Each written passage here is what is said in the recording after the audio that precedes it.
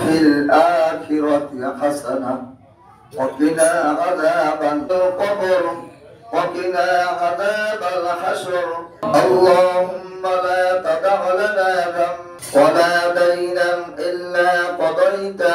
তোমাদের দোয়াটা কাজে লাগবে বেশি, কারণ তোমরা নিষ্পাপ।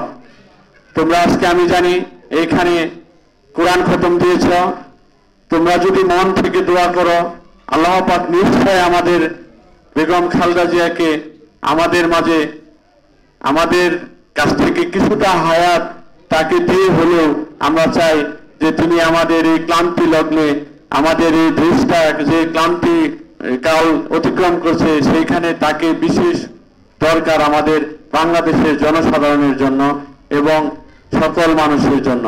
আমাদের প্রিয় নেত্রী বেগম খালেদা জিয়া, তিনি আপসের নেত্রী, তিনি গণতন্ত্রের মা। তিনি এদেশের মাটি ছেড়ে কখনো স্বৈরাচারের রোষানলে পড়েও তিনি দেশ ত্যাগ করেন নাই। তিনি দেশকে ভালোবাসেন, ইসলামকে প্রতিষ্ঠিত করার জন্য।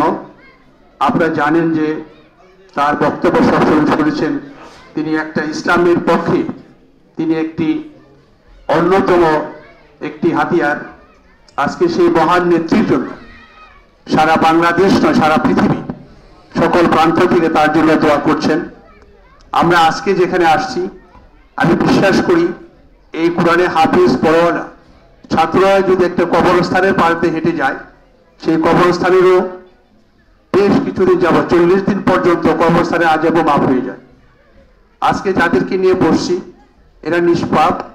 আমরা এদের কাছে, এদের মাধ্যমে আমরা মহান রাব্বুল আলামিনের কাছে প্রার্থনা করতে চাই, হে মহান রাব্বুল আলামিন, আপনি আমাদের এই প্রিয় ছাত্রদের দোয়ার বরকতে আমাদের প্রিয় নেত্রীকে আপনি সুস্থতা করে আমাদের মাঝে ফিরিয়ে দেন।